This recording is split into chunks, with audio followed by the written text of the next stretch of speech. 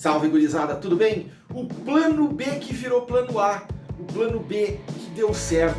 Renato Portaluppi consolidando a reconstrução do Grêmio em pouco mais de 3 meses. É sobre isso que nós vamos falar. Vitória importante do Grêmio, cheguei em casa agora, tô louco de torcer o nosso Grêmio. Vitória no finalzinho do segundo tempo, com o gol do Felipe Carvalho, primeiro tempo, o gol do Vina, o plano B que virou plano A. É sobre isso que a gente vai fazer, é sobre isso que a gente vai falar no nosso vídeo de análise pós-jogo do Grenal. Vem comigo, depois da vinheta.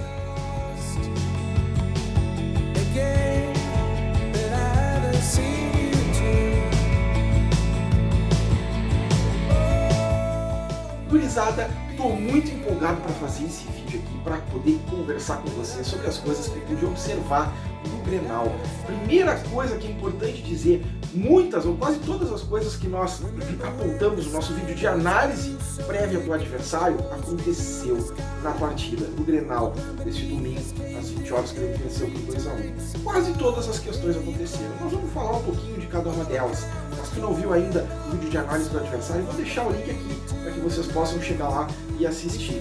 Mas enfim, o que a gente pode dizer? Mas não sem antes vou pedir aquela clássica curtida, te inscreve no canal para continuar assistindo os nossos vídeos de análises prévia das partidas e dos adversários e análises pós-jogo, que é quando a gente pega tudo que a gente assistiu e consegue observar, analisar se a gente conseguiu ver certo o jogo, se o Renato conseguiu avaliar bem o jogo, e isso é muito importante para o Grêmio conseguir continuar evoluindo. E aí entra o assunto também que eu lancei na abertura do vídeo. O Renato consolida e transforma o Grêmio em questão de 3 meses. Se aquele Grêmio do ano passado nos causava pavor quando a gente via jogando, por mais que era um Grêmio aguerrido, que batalhava, qualidade com a bola nos pés era um terror, o Grêmio de 2023 nos encanta positivamente, evidentemente, né? Porque o Grêmio consegue fazer de novo, assim como fazia lá em 2016, 2017, 2018, parou um pouquinho em 2019, começou a desandar a maionese,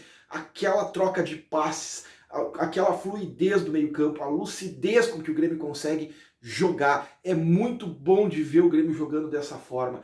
Obra autoral do Renatão. O Renato, que praticamente reconstrói o Grêmio do zero na virada de 2022 para 2023. Em pouco tempo, em 3 meses, nós estamos aí em março, início de março, pouco mais ou menos, quase 3 meses, o Renato conseguiu reconstruir e reconduzir o Grêmio para um padrão de jogo muito bom daquilo que a gente podia imaginar, bem melhor do que a gente podia imaginar lá no início do ano, quando a gente estava com uma perspectiva de contratações e tudo mais. Esse é o ponto número 1. Agora, falando especificamente da partida, a gente precisa dizer o seguinte, praticamente todos os pontos que a gente trouxe no nosso vídeo de análise do adversário, de possibilidades, pontos fracos do Inter e pontos fortes do Inter, tudo isso, tudo que a gente apontou, aconteceu, quase tudo, né? Tem alguns itens que não, e a gente vai explicar o porquê. Quase tudo aconteceu. Vou começar pelo que não aconteceu.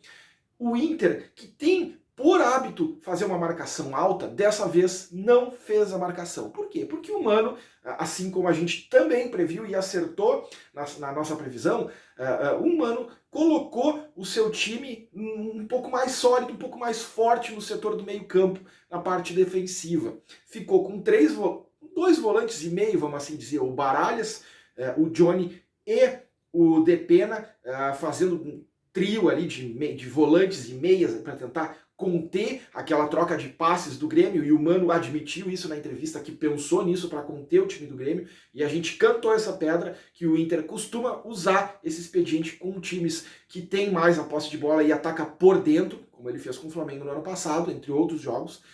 Isso aconteceu, né? O que não aconteceu foi a marcação alta do Inter, que a gente apontava que era um ponto, a gente dizia que era um ponto que era muito parecido, muito semelhante com o Grêmio, que o Grêmio também tem essa característica de tentar marcar alto. O Grêmio, por sua vez, conseguiu, até por jogar em casa, fazer sua marcação alta, avançar suas linhas, marcar a saída de jogo do adversário, que não conseguiu criar muito bem, especialmente no primeiro tempo, em função, talvez até dessa alteração tática aí que não permitiu que o Inter construísse melhor.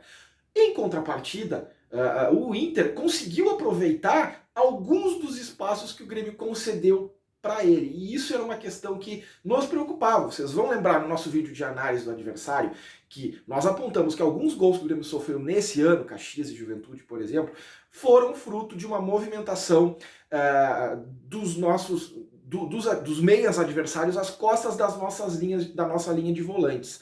E isso aconteceu algumas vezes no primeiro tempo, e especialmente no gol do Alan Patrick no segundo tempo, quando já tinha entrado o famigerado bruxo Thiago Santos, que teoricamente era para ser um bom marcador, mas não marca ninguém, né? Sofreu o drible do Alan Patrick, e aí o Alan Patrick fez uma finalização boa e marcou o gol de empate. O Grêmio já tinha feito um gol com o Vina lá no primeiro tempo, o Vina que se transformou no plano A, era o plano B, se transformou no plano A. Por quê? Porque a presença do Vina, isso foi admitido inclusive pelo Mano Menezes, o Mano Menezes, técnico do Internacional, falou disso na sua entrevista. A presença do Vina consolida o Grêmio com um time um pouco mais equilibrado.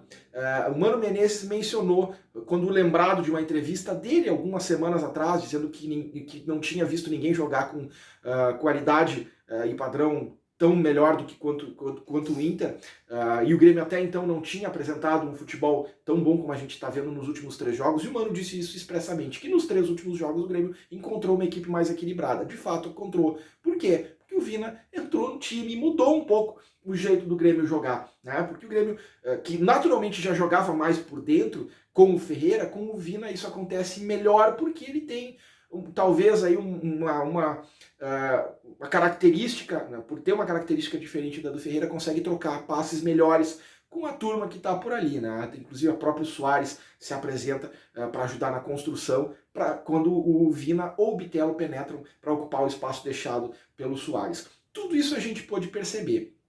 Além disso, uma outra situação que a gente por exemplo, que nós fizemos a nossa análise da partida e aconteceu, pelo menos em parte, foi os ataques em velocidade do Wanderson e do Pedro Henrique. O Wanderson teve muito sucesso em cima do nosso lateral, o Fábio, que voltou meio desembocado, começou a sofrer alguns dribles. O Wanderson passou com alguma facilidade pelo Fábio ao longo de todo o primeiro tempo. No segundo tempo, quando o Fábio começou a sentir a câimbrazinha dele, em função do desgaste, entrou o João Pedro, e aí o Wanderson já estava talvez um pouco mais cansado, já não conseguia mais fazer o drible dele.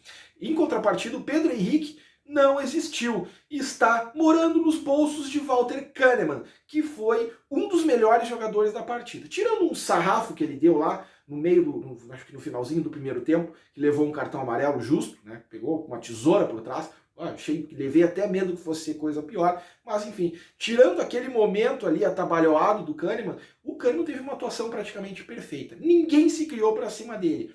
Ele botou o Pedro Henrique, artilheiro do Gauchão, dito por muitos como o melhor, muitos não, né? Poucos, dito por alguns como o melhor jogador em atividade no estado, o que eu tenho que rir e muito. O Kahneman botou seu Pedro Henrique no bolso, saiu no final não, na metade do segundo tempo para a entrada do Luiz Adriano, que também não fez grandes coisas. O Kahneman teve uma excelente atuação, Cristaldo teve uma excelente atuação, o PP teve uma baita atuação, o Vina foi discreto, mas fez o gol, foi importante, e o Carbajo, que entrou no lugar do Vijaçante, que jogou lá seus 15 minutos, depois acabou sentindo, o Renato falou na coletiva que ele teve uma contratura, acho que foi, e acabou tirando o Vijaçante para que não se transformasse em algo pior. Felizmente não é ainda algo pior, mas tirou para que evitasse. Entrou o Carbajo e jogou muito bem. Então, o Grêmio consolida com esse resultado, com essa atuação, essa vitória, nesse nível de atuação, consolida o seu sistema de jogo, que se até então a gente estava um pouco inseguro por enfrentar adversários muito fracos, dessa vez, em frente a um Internacional, adversário tradicional e que vinha fazendo um bom trabalho nas mãos do Mano desde o ano passado, a gente consegue ver padrão tático no Grêmio, né? Mérito 100% do Renato, a gente consegue ver padrão tático, a gente consegue ver qualidade, a gente consegue ver muita coisa positiva. Então o Grêmio já agora, a partir desse momento em que a gente consegue passar por esses dois últimos testes na Copa do Brasil e o Grenal, passando, vamos dizer assim, com louvor, né, com segurança e vendo uma boa atuação da equipe, nas duas partidas, a gente fica animado. E aí a perspectiva para o futuro é muito boa. Era sobre isso que eu queria falar com vocês aqui, sobre os nossos acertos na nossa análise prévia que se transformaram em realidade nesse jogo que a gente pôde perceber. Espero que vocês tenham curtido o nosso vídeo, nossa análise. Fiquem ligados aí, porque durante a semana vai ter live, vai ter mais vídeo de análise, vai ter muita coisa. Se vocês ainda não seguem o nosso canal, se inscreve aqui no canal, curte o vídeo e aciona o sininho também, o sininho das notificações, para continuar recebendo, para seguir sempre recebendo os nossos conteúdos. Valeu, gurizada, um grande abraço e boa semana para todo mundo.